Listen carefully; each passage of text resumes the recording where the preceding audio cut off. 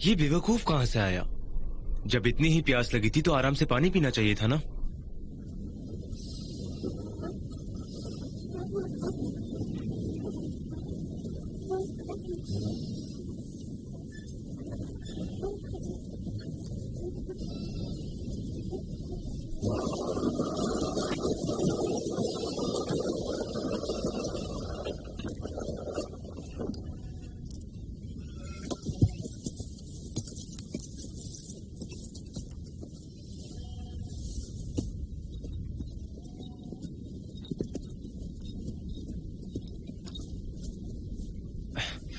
माँ, मुझे ये आदमी मिला, क्या मैं इसे अपना गुलाम बना लूं?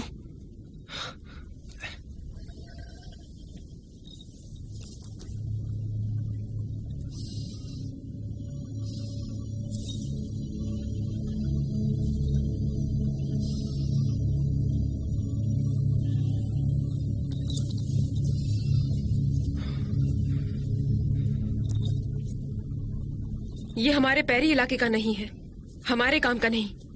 माँ, इसीलिए तो मुझे ये चाहिए। इसे दूसरे जगहों के बारे में पता होगा। नोवोलैंड में 9 तरह के प्रांत हैं। मुझे जानना है जहाँ मैं कभी नहीं गया वहाँ के लोग कैसे रहते हैं, कैसे दिखते हैं, ऐसी कई बातें। शुफांग हाइये, तुम अभी 13 साल के हो। ये बात याद रखना, तुम शुफांग कबीले के अगले सरदार हो, तो सबके रहने लायक जमीन ढूंढना तुम्हारी जिम्मेदारी है। एक मजबूत लड़की से शादी करो और बच्चे पैदा करो, जिससे शुफैंग कबीले का वंश आगे बढ़े। तुम्हें याद रहेगा ना? लेकिन बाबा ने कहा था कि हम बड़ी जगह रहने के लिए पैदा हुए हैं, तो हमें अपना दिमाग खोलना चाहिए।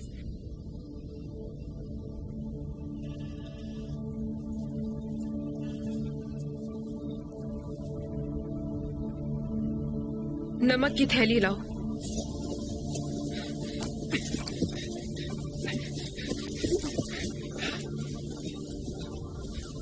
माँ, इस साल अब बस सिर्फ इतना ही नमक बचा है।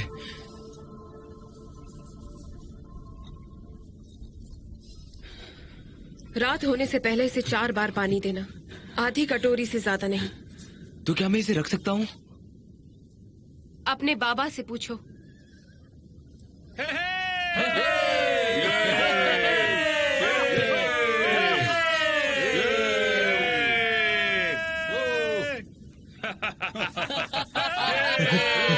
बाबा!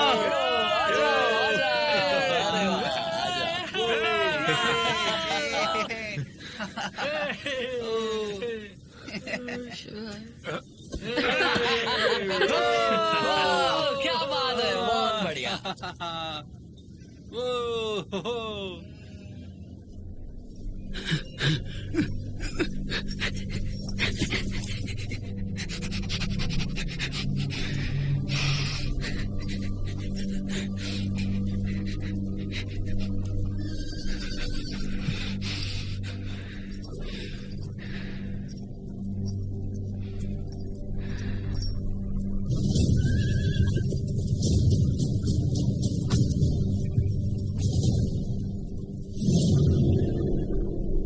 आजकल कुछ ज्यादा ही शिकार पर जा रहे हैं, फिर भी हर बार शिकार कम लाते हैं। अगर ऐसा ही चलता रहा तो जल्द ही भूखमरी फैलने लगेगी। हमारे घोड़े बूढ़े हो गए हैं। बारहसिंगा को मारने के बाद भी हम उसे पकड़ नहीं पाते। हमारी आंखों के सामने वो बच के निकल जाते हैं। क्या कहा तुमने? कबीले में सब ठीक तो है ना? तुमने अभी क्या कहा? तुम वहां गए थे? मुझे जवाब चाहिए, जवाब दो मुझे। मैं नहीं गया। प्रेरी के सच्चे आदमी अपनी बीवी से झूठ नहीं बोलते।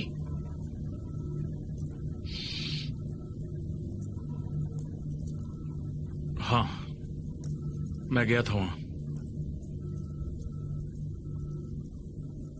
लेकिन सब ठीक है। मैं बस थोड़ा सा करीब गया था। मैंने वो काले पेड़ देखे।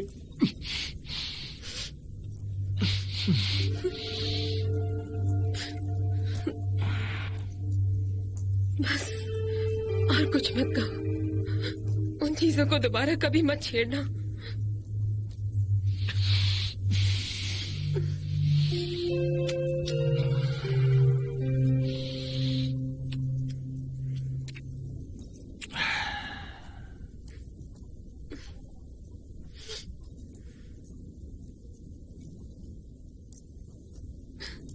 घबराओ नहीं, मैं दूर रहूंगा। जानती हो, ये सितारे भी बड़े अजीब हैं। वहां बर्फ गिर रही थी और यहां की घास उगी ही नहीं। यहां शिकार के लिए जानवर नहीं है। मैं अपनी किस्मत आजमाने गया था, सोचा शायद कुछ मिल जाए। थोड़ी उम्मीद थी, लेकिन वो जानवर भी मेरे हाथ से निकल गए। बस अब और मत कहो, मुझे नहीं सुनना।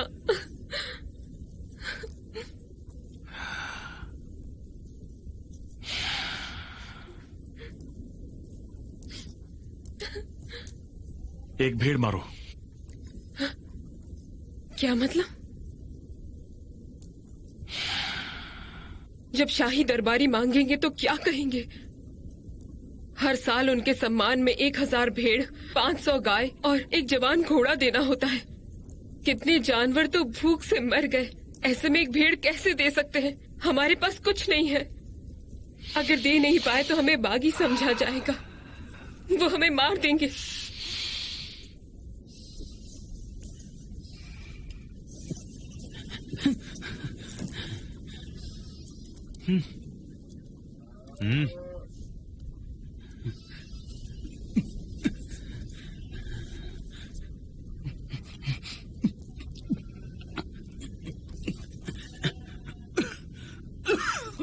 मेरा नाम शुफेंग हे है।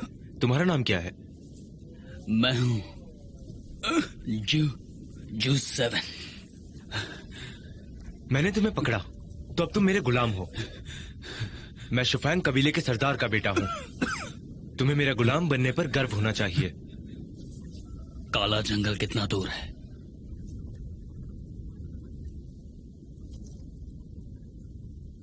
घोड़े से गए तो 7 दिन, चलकर गए तो मौत पक्की है। पानी तक पहुंचने से पहले तुम प्यास से मर जाओगे। मगर ये सब बेकार है। वहां जाने के बारे में सोचने से पहले ही तुम शायद मर चुके होगे। नोवलैंड बर्बाद हो जाएगा। हम सब मर जाएंगे। मैंने सबकी आंखों में आंसू बहते देखे हैं। हमें काले जंगल जाना चाहिए। हमें उस आदमी को ढूंढना होगा। हमें उस आदमी को ढूंढना होगा।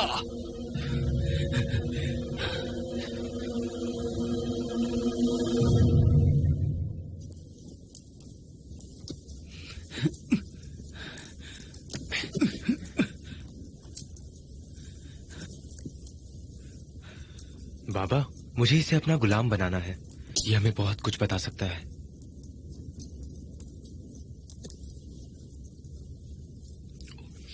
ये कमजोर है, मजदूरी नहीं कर पाएगा। ये हमारे किसी काम का नहीं। छोड़ दो इसे। मान भी जाओ। बाबा को दिखाओ तुम क्या कर सकते हो।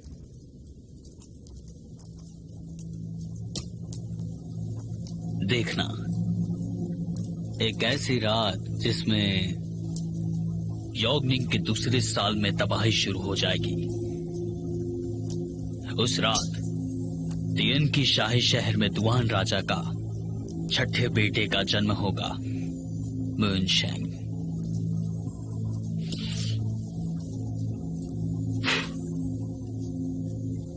क्या तू टियांटी शहर का है? हाँ, राजा ने अपने बेटे को पैदा होने के बाद राज को छुपाने की बहुत कोशिश की, लेकिन उस दिन के बाद से हान प्रांत में साल दर साल सर्दी का मौसम चलती आ रहा था। दक्षिण में हुए प्रांत में घनघोर बारिश हो रही थी। तटों पर भूकंप आने से द्वीप नजर आ रहे थे। सारे तटीय प्रांतों को सुनामी बहा ले गई। पूर्वी देशों ने मछली के काम से भरपूर गांवों को बर्बाद होते हुए बहुत अच्छे से देखा है। हर तरफ शरणार्थी होंगे, हर तरफ लाशें ही होगी। इसके पीछे आखिर क्या राज है? मूनशेंग की माँ एक रूह से कहीं ज्यादा। इस आदमी के मुंह से जबान खींच लो और बाहर फेंक दो। हम इससे पहले कभी मिले ही नहीं। लेकिन मुरु परिवार ने इससे ज्यादा राज छुपाए हैं। मैं तुझे मार डालूंगा। पैदा हुए नए राजा की ये किस्मत है कि जो भी मुरु परिवार ने खोया था 300 साल पहले, वो सब वापस आएगा। तेरी तो भागो! तू पूरे कबीले को मारना चाहता है?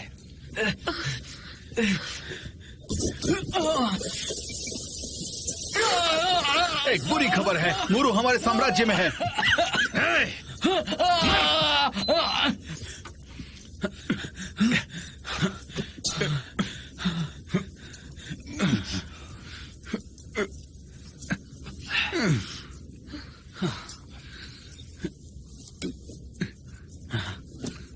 दरवाजा बंद करो जल्दी।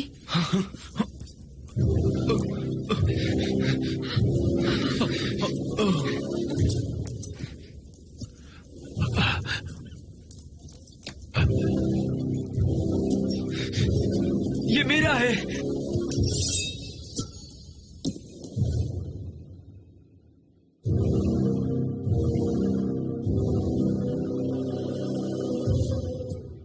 मुरु की महान सेना, इसे छोड़ दीजिए।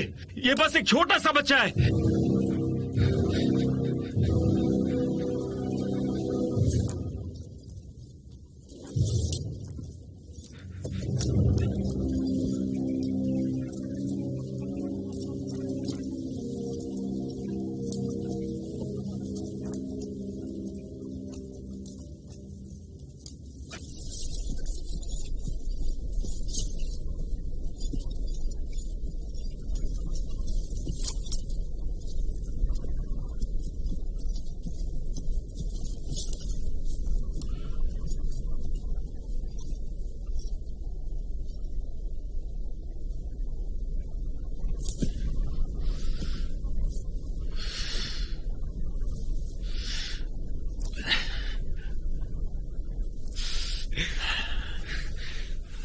तुम नहीं जा सकते। रुक जाओ, रुक जाओ, रुक जाओ।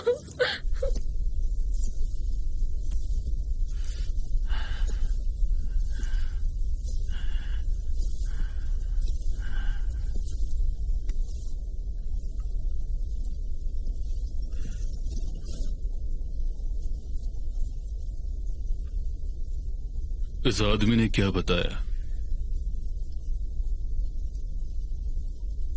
ये पहले से ही बेहोश था। इसने हमें कुछ नहीं बताया।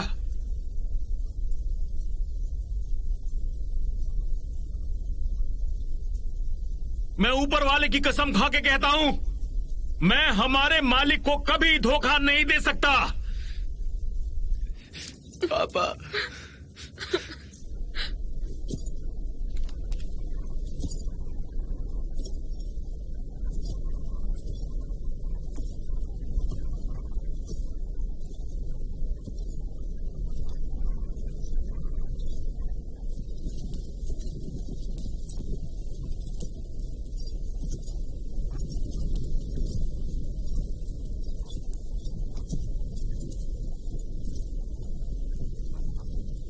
मैंने कई लोगों के मुंह से सुना है कि तुम्हें तलवारें भी नहीं मार पाती। तो फिर मुझे जलाकर मारने की कोशिश करो।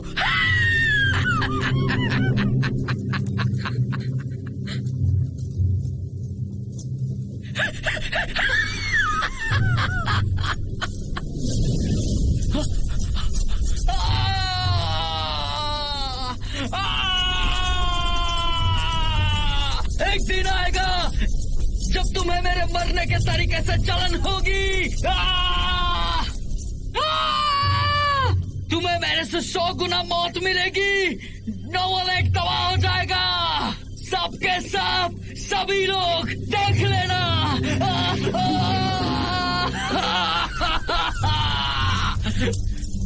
शॉफैंग कबीले ने एक गद्दार को पनाह दी, इसीलिए कबीले का सब सामान जब्त किया जाता है।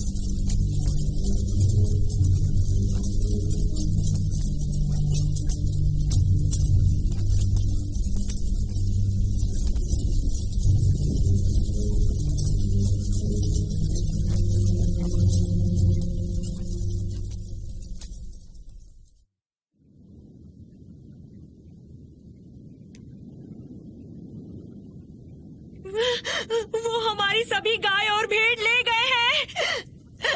हम सब मरने वाले हैं। हमारे ऊपर तबाही आने वाली है। शोफेंग कबीला खत्म हो जाएगा। तुम हो, ये सब तुम्हारी वजह से है। तुम ये तबाही लेकर आए हो।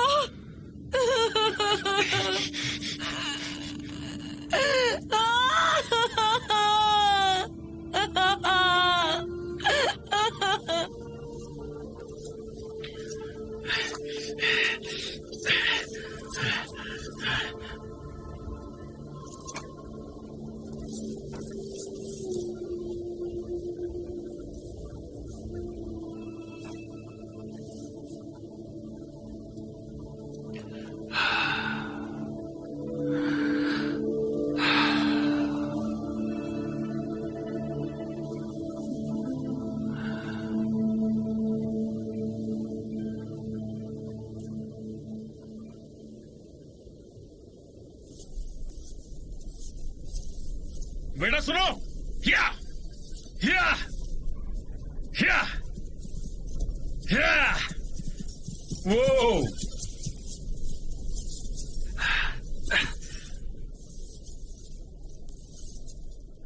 कोई बेवकूफी मत करना। मैं हमारी भेड़ वापस लाऊंगा। तुम भेड़ों को वापस लाने जा रहे हो और तुम्हारे पास घोड़े तक नहीं है। तुम उस महान राजा की शक्तिशाली सेना से कैसे कुछ छीनोगे? मैं जान दांव पे लगा दूंगा। ओ सच में? अगर मर गए तो भेड़ वापस कौन लाएगा?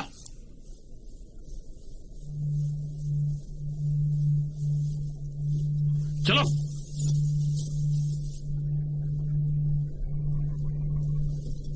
वो दैत्य हमेशा ठंडे और बंजर जगह में रहते आए हैं और वो चाहते हैं कि उन्हें उससे बेहतर जगह मिले। 300 साल पहले दैत्यों के एक खतरनाक दल ने यहां एक मंदिर बनाया था। उनका इरादा था इंसानों की जमीन पर घुसपैठ करना। उत्तर के हमारे पूर्वजों ने हमारी जमीनों को बचाने के लिए जान तक गंवा दी। उम्र में सभी बड़े लोग जंग में भेज दिए गए। यही है जंग का मैदान। क्या हम जीते? बिल्कुल। आक्रमण करने वाले दैत्यों को हमारे पूर्वजों ने मार डाला। उत्तरी महाद्वीप की शान पूरे नोवोलैंड में फैल गई।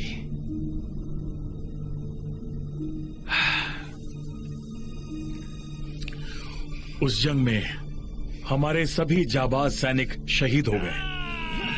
कुछ ही समय बाद हमें मयून और मुरु परिवार की सेनाओं ने मिलकर हरा दिया और हम 8 बड़े कबीलों में बंट गए। 8 बड़े कबीले। हमारे कुलों के नाम ही अलग नहीं हैं। सैन्य ताकतों की हम 8 टुकड़ियां हैं। सैन्य ताकतें? ये सब मेरे पिता ने बताया था। ये 8 कबीले कभी एक साथ मिलकर लड़े थे।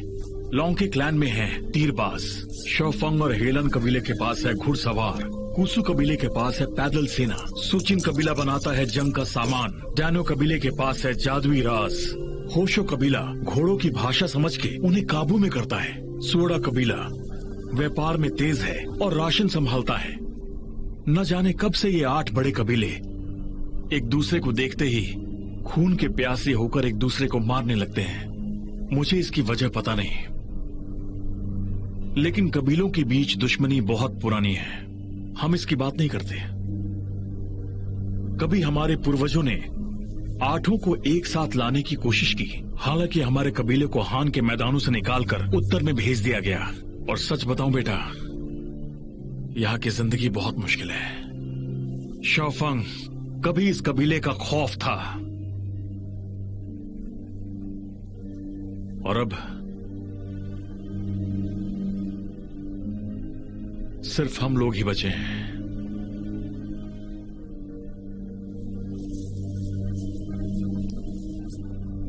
अगर मैं अपने कबीले की इज्जत वापस नहीं ला सका और मेरे जाने पर अगर उत्तर महाद्वीप की शान वापस नहीं आई, तो ये काम तुम्हें करना होगा।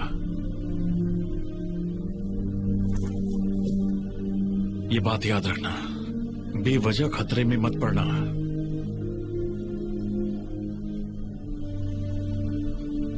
ये चिड़िया उत्तर की है, अपने घर वापस जा रही है।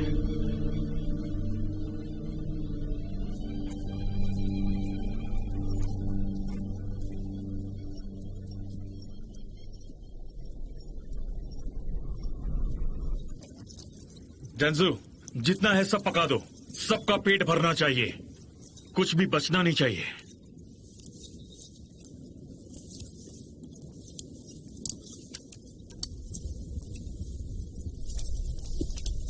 तीन दिन बाद शाही सेना हमारे मवेशी लेने आएगी।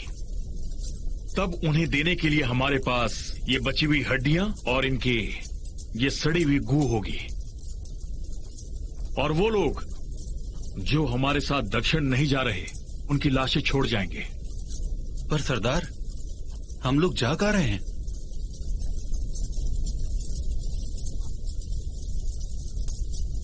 हम जा रहे हैं हान केंद्र, उत्तर के मैदानों के उत्तर में, बागनत नदी के पार।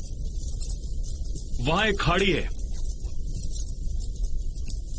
वहां पूरे साल धूप रहती है और पूरे 4 महीने तक बारिश होती है, और उसके बाद 3 महीने बर्फ गिरती है। 10वें महीने में हवा बहती है और ढलानों पर झाड़ियां और फलों के पेड़ हैं। और वहां की मिट्टी भी उपजाऊ है। सब शिकार करेंगे, अनाज उगाएंगे, मवेशी पालेंगे। हर साल जगह बदलने की जरूरत नहीं होगी। अब हम वहीं जाएंगे। वो हमें यहाँ छोड़ के इतनी अच्छी जगह चले गए? वो नहीं गए, वो जगह है सुचीली फंग की। सुचीली फंग? वो पूर्व महाद्वीप का खान खोदने वाला है, लोहे का सामान बनाता है। हम उसकी जमीन चुराने जा रहे? चुराएंगे नहीं, उसे वापस लेंगे। हमारे पूर्वजों की जमीन है वो, और उस पर हमारा हक है, हमारे कबीले का हक।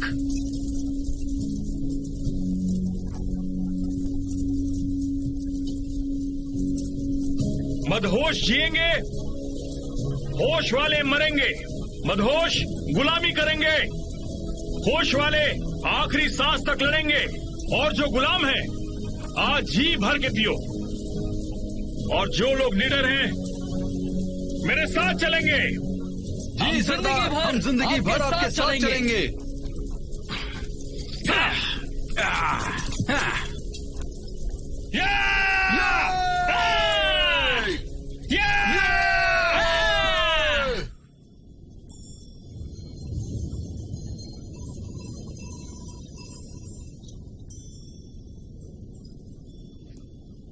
दादाजी, जो लोग मर जाते हैं ये उन्हें लगता है ना, आप क्यों लगा रहे हैं?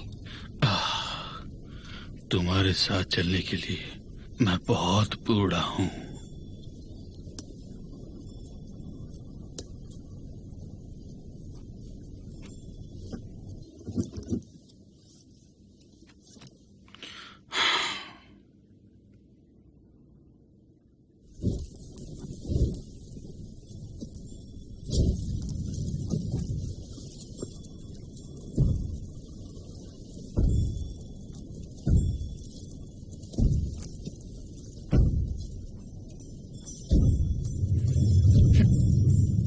बाबा,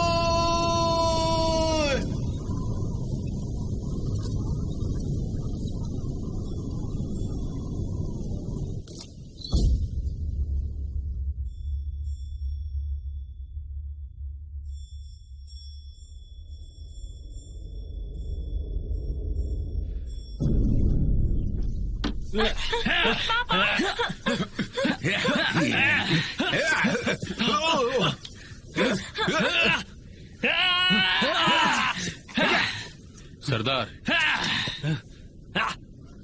बाबा, सभी आदमी एक परिवार के खिलाफ हैं। ये सही नहीं है। हेलन कबीले का परिवार काफी देर से लड़ रहा है। उनमें बहुत काबिलियत है। समझ नहीं आता वो अपने ही लोगों से दूर क्यों रहते हैं। क्यों ना हम उनकी मदद करें।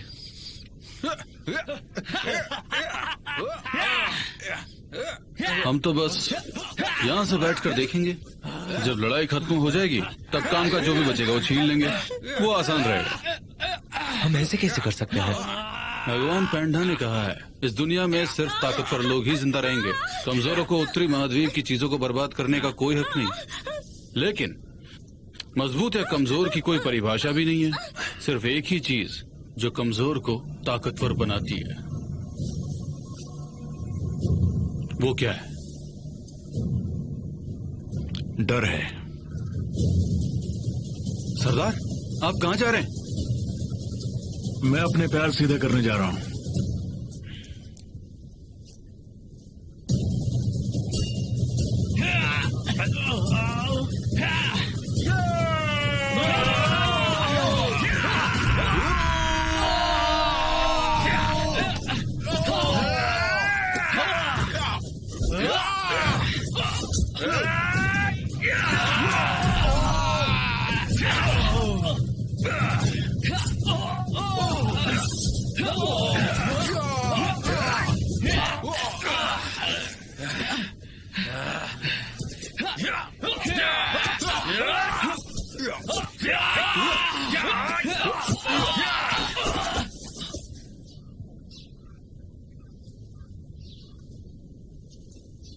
मैं हेलन डाओ हूँ, हेलन कबीले का सरदार।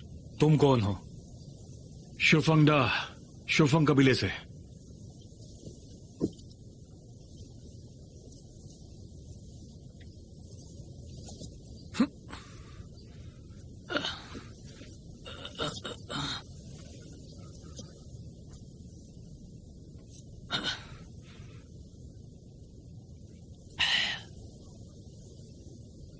आज से हम दोनों के कबीले भाई भाई हैं।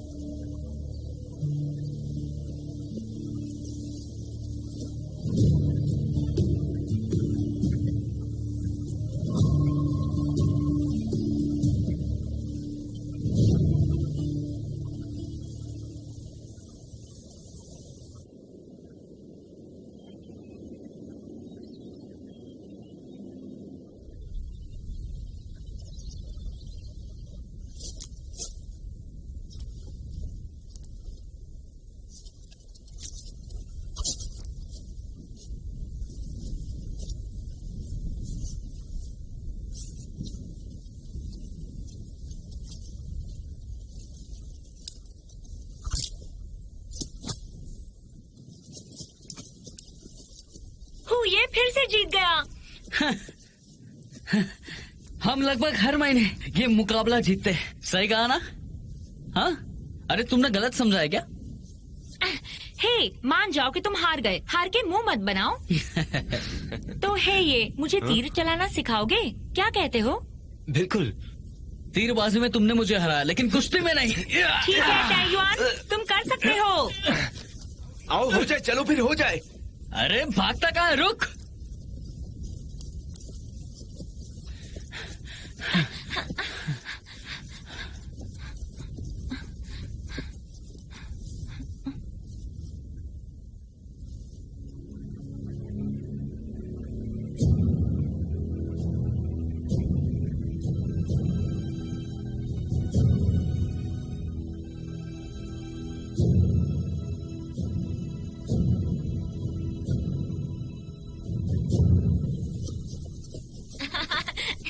हाँ। तुम मुझे नहीं पकड़ पाओगे। अरे आराम से। हाँ, इस तरह की चीजें मैंने हमेशा अपनी जिंदगी में देखी है। बाबा, क्या कर सकते हैं? हमने कुछ शिविर देखे। और तुम्हारी तबीयत कैसी है?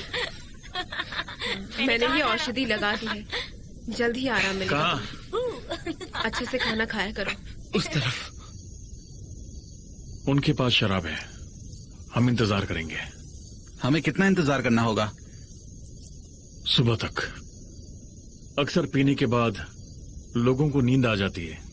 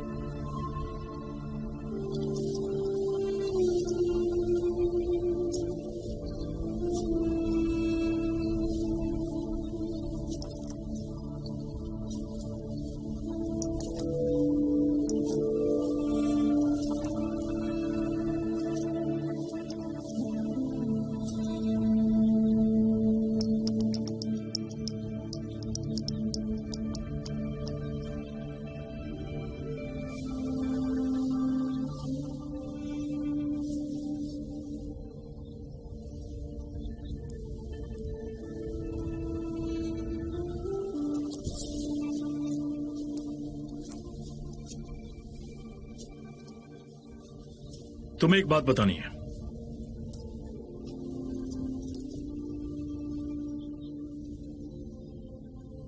दैत्यों की वो कहानी याद है तुम्हें?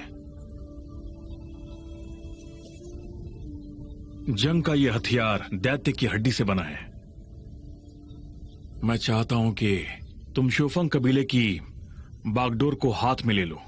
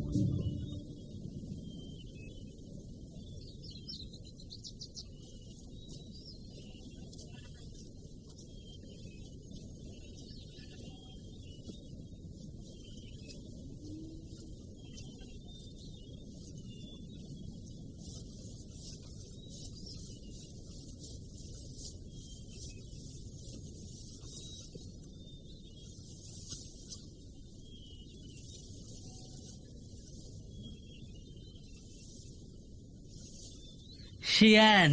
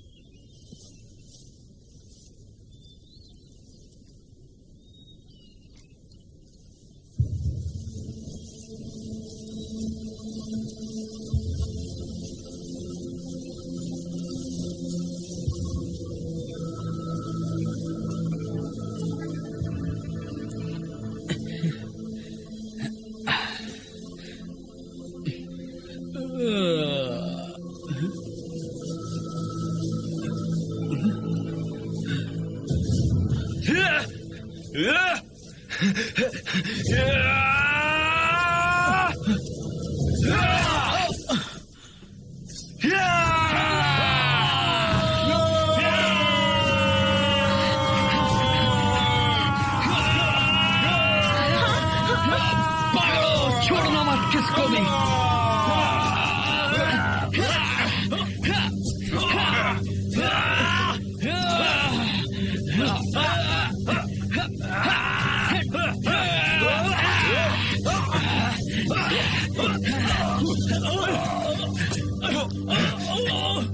ये रुको, कोई बच ना पाए। बाबा रुक, छोड़ना मत इसे, भागो।